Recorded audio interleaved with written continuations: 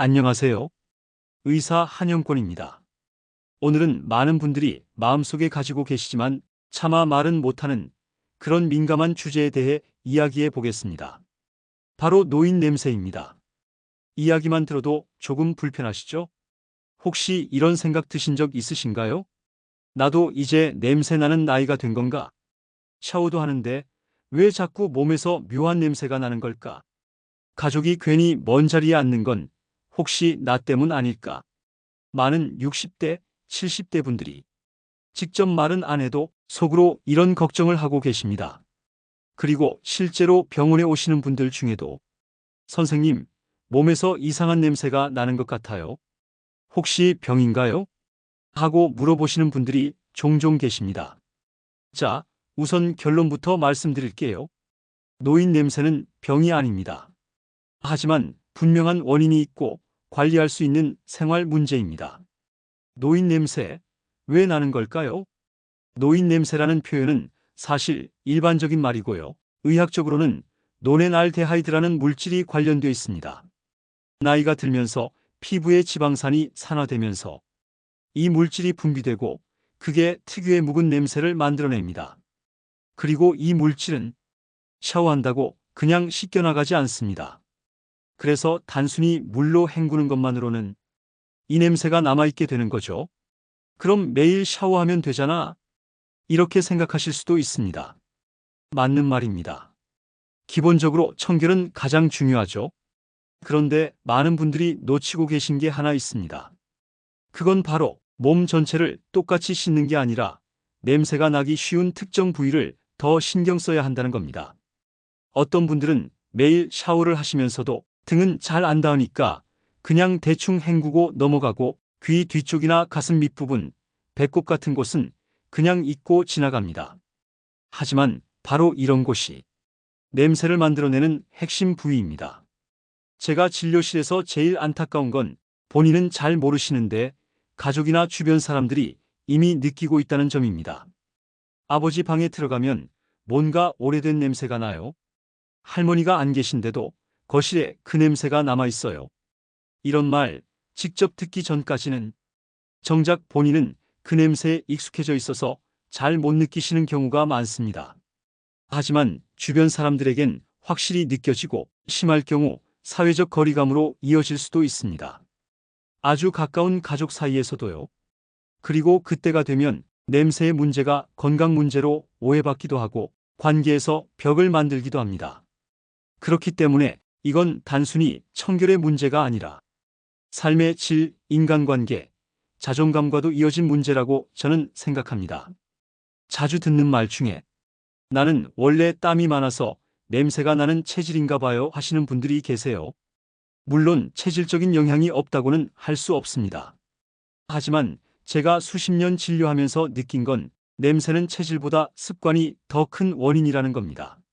씻는 습관, 닦는 순서, 어떤 부위를 신경 써서 씻는지, 샤워 후 어떻게 건조하고 옷과 침구를 얼마나 자주 세탁하는지, 이런 생활 습관만 바꿔도 노넨알데하이드를 줄이고 냄새를 아주 크게 개선할 수 있습니다. 그래서 오늘은 샤워를 할 때 꼭 씻어야 하는 부위 5군데, 그 이유와 방법을 의학적 근거에 기반해 자세히 알려드릴 겁니다. 이건 절대 민망한 얘기가 아닙니다. 누구나 나이 들면 겪는 자연스러운 변화이고 미리 알고 준비하는 사람이 훨씬 건강하게 나이 들 수 있습니다. 샤워 시간은 하루 10분 정도일 겁니다. 그중 단 몇 분만이라도 딱 필요한 부위에 집중해서 씻어주신다면 몸 냄새는 확실히 줄고 가족 간 거리도 사회적 인상도 분명 달라질 겁니다. 이제부터 어떤 부위를 왜 씻어야 하는지 하나씩 자세히 설명드리겠습니다. 1. 등 노인 냄새의 핵심 발생지 약 15분. 우리가 흔히 말하는 노인 냄새, 즉 노넨알데하이드라는 물질은 나이가 들면서 피부의 지방산이 산화되며 생성됩니다. 이때 가장 많이 분비되는 부위가 바로 등입니다. 특히 등, 중앙, 날개뼈 사이, 허리 윗부분은 피지선이 많고 땀이 흐른 뒤 잘 마르지 않아 냄새가 고이기 쉬운 구조입니다. 많은 분들이 등은 손이 닿지 않아서 잘 안 씻습니다. 샤워기 물로만 헹구거나 그냥 지나치게 되죠. 특히 팔, 다리, 얼굴은 잘 씻지만 등은 소홀히 하시는 분들이 정말 많습니다. 그런데 이게 바로 냄새의 핵심 원인입니다. 샤워할 때 등 전용 브러쉬나 롱 샤워 타올을 꼭 사용하세요. 약산성 클렌저를 충분히 거품 내어 문질러 주세요. 위에서 아래로 또는 대각선 방향으로 문지르면 근육 이완에도 좋습니다. 특히 날개뼈 사이, 등 중앙 아래, 허리 위쪽은 30초 이상 천천히 문지르는 게 좋습니다. 샤워 후엔 등도 완전히 건조시키고 가능하면 통풍이 잘 되는 옷을 입는 것도 도움이 됩니다. 브러쉬는 최소 23주마다 세척 또는 교체하세요. 오래된 브러쉬는 세균이 오히려 냄새를 더 유발할 수 있습니다. 여름철에는 샤워 외에도 젖은 수건으로 등 부분을 닦는 것도 효과적입니다. 2. 귀 뒤 앤드 목 뒤 작지만 강한 냄새의 근원 약 10분. 귀 뒤쪽과 목덜미는 우리가 무심코 지나치는 부위입니다. 하지만 이곳은 피지선이 많고 피부 접힘과 머리카락의 영향으로 공기가 잘 통하지 않아 냄새가 쉽게 고입니다. 또한 마스크 착용이나 안경 다리, 머리카락 등이 자주 접촉하며 땀과 피지 축적이 많습니다. 대부분 세수를 하거나 머리를 감을 때도 귀 뒤를 따로 닦지 않습니다. 샴푸나 물이 흘러가니 괜찮겠지 하고 넘기시는 분들 많죠. 하지만 실제로는 귀 뒤는 비누칠 없이 헹구기만 하면 냄새가 계속 남습니다. 귀 뒤는 손가락 끝에 클렌저 거품을 묻혀 10초 정도 원을 그리며 닦아주세요. 목 뒤쪽도 타월이나 손바닥으로 아래에서 위 방향으로 부드럽게 닦아주세요. 샴푸를 할 때 목 뒤로도 거품이 내려가게끔 하고 헹굴 때도 꼼꼼하게 헹구는 것이 좋습니다. 외출 전이나 땀이 많이 나는 날은 물수건으로 귀 뒤를 닦고 나가세요. 향수 대신 천연 탈취제를 귀 뒤쪽에 뿌리는 것도 채취 완화에 도움이 됩니다. 3. 겨드랑이 땀과 노넨알데하이드의 만남 약 10분. 겨드랑이는 아포크린 땀샘이 분포되어 있습니다.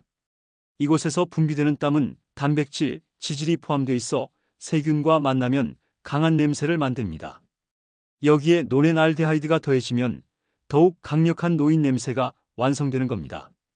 데오드란트나 향수만 사용하면 냄새가 가려진다고 생각하시는 분들이 많습니다. 하지만 이것은 일시적인 마스킹 효과일 뿐 오히려 향과 땀 냄새가 섞여 더 불쾌해질 수 있습니다. 샤워할 때 겨드랑이는 반드시 비누 거품을 내어 30초 이상 문질러 주세요. 면도 후 자극이 있다면 무향항균 로션을 발라 피부 염증을 줄이세요. 샤워 후 완전 건조는 필수입니다. 물기가 남아있으면 세균이 더 잘 자랍니다. 속옷은 흡습성 좋은 면 소재로 땀을 잘 흡수하고 교체하기 쉬운 것을 입으세요.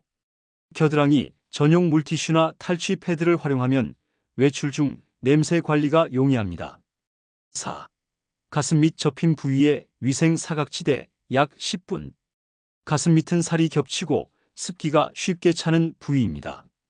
땀이 차서 축축한 상태로 장시간 방치되면 곰팡이나 세균이 번식하기 좋고 냄새도 쉽게 납니다.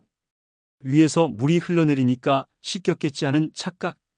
손으로 들춰서 닦지 않으면 실제로는 물이 고이기만 하고 세정이 되지 않습니다. 가슴 밑 접힌 부위를 손으로 들어 올리고 거품을 내어 부드럽게 닦아주세요. 샤워 후에는 반드시 수건으로 눌러가며 완전히 말려주세요. 땀이 많다면 파우더나 땀 흡수용 패드를 사용하는 것도 도움이 됩니다. 5. 배꼽 작지만 악취가 나는 곳 약 5분. 배꼽은 오목한 구조라 땀, 피지, 때가 쌓이기 쉽고 평소엔 닦기도 어려워 잊고 지나치기 쉽습니다. 일주일에 12회 면봉에 약산성 클렌저를 묻혀 부드럽게 닦아주세요. 배꼽 안쪽을 너무 세게 닦으면 피부 손상이 생길 수 있으니 조심하세요. 6. 샤워 후 관리 냄새를 좌우하는 생활 습관 약 10분. 샤워 후 물기가 남으면 세균 번식과 냄새의 원인이 됩니다. 특히 등, 겨드랑이, 가슴 밑은 반드시 수건으로 2번 닦기. 수건은 23회 사용 후 교체, 속옷은 매일 세탁. 침대 시트와 베개 커버는 12주에 1번 세탁. 햇빛 소독이 되는 곳에서 자연 건조. 필요시 의사 상담을 통해 탈취제, 땀 억제제 활용도 고려. 자, 이제 실제 사례에 대해 말씀드려 보겠습니다. 72세 박 어르신께서 내원하셨어요. 첫 마디가 이랬습니다. 한의원도 다녀보고 피부과도 가봤는데 나는 하루 2번씩 샤워해도 왜 냄새가 난다고들 하는 건지 모르겠어요.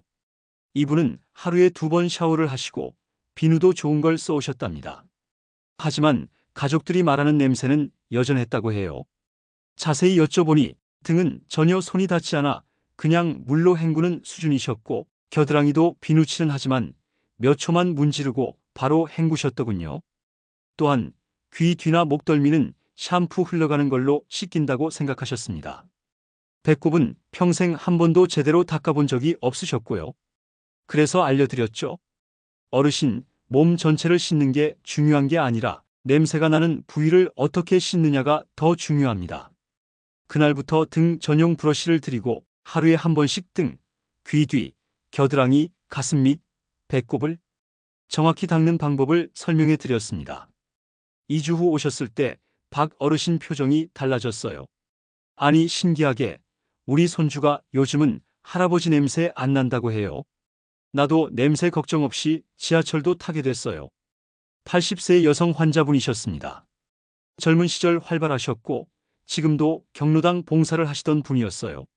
하지만 어느 날부터인지 사람들이 슬쩍 몸을 피하는 느낌을 받았다고 하시더군요. 혹시 나도 냄새가 나나? 그 생각에 모임도 줄이고 외출도 피하고 우울감도 생기기 시작하셨답니다. 정작 샤워는 매일 하셨고 향수도 은은하게 뿌리셨지만 목 뒤, 귀 뒤, 가슴 밑은 아예 씻는 개념 자체가 없으셨던 경우였습니다. 또한 속옷과 수건은 이틀, 사흘은 써야 아깝지 않다며 자주 갈지 않으셨고요. 이분께도 부위별 관리법을 차근히 알려드리고 세탁 주기, 침구류 교체 주기까지 알려드렸습니다. 특히 내 몸에 냄새가 남기 전에 옷과 수건에 배지 않도록 해야 한다는 점을 강조했죠. 3주 후 눈물이 핑 도신 채로 말씀하셨어요. 내가 다시 사람 만날 용기가 생겼어요. 누가 내 옆에 와도 신경 안 써도 되는 게 이렇게 좋은 일인지 처음 알았어요. 김 어르신은 굉장히 깔끔하신 분이셨어요. 머리도 단정, 옷도 매일 갈아입고 세수도 꼼꼼히 하시던 분이었습니다. 그런데 늘 자기 몸에서 뭔가 퀴퀴한 냄새가 난다는 불편함을 느끼셨어요. 어디가 냄새나는지 알 수 없는데 매일 아침 일어나면 베개나 옷에서 묵은 냄새 같은 것이 난다고 하셨습니다. 그런데 의외로 등을 제대로 씻는 습관이 없으셨고 베개 커버도 34주에 한 번 정도 세탁하신다는 거예요. 특히 목 뒤와 어깨선은 거품도 비누칠도 거의 닿지 않는 사각지대였죠. 머리만 감았지 그 아래는 그냥 물만 뿌렸구먼. 웃으며 이렇게 말씀하셨어요. 냄새는 노화의 당연한 증상이 아니라 씻지 못한 부위가 원인일 수 있다는 점을 알게 되신 후 샤워 루틴을 바꾸셨고 침구 세탁도 주 1회로 늘리셨습니다.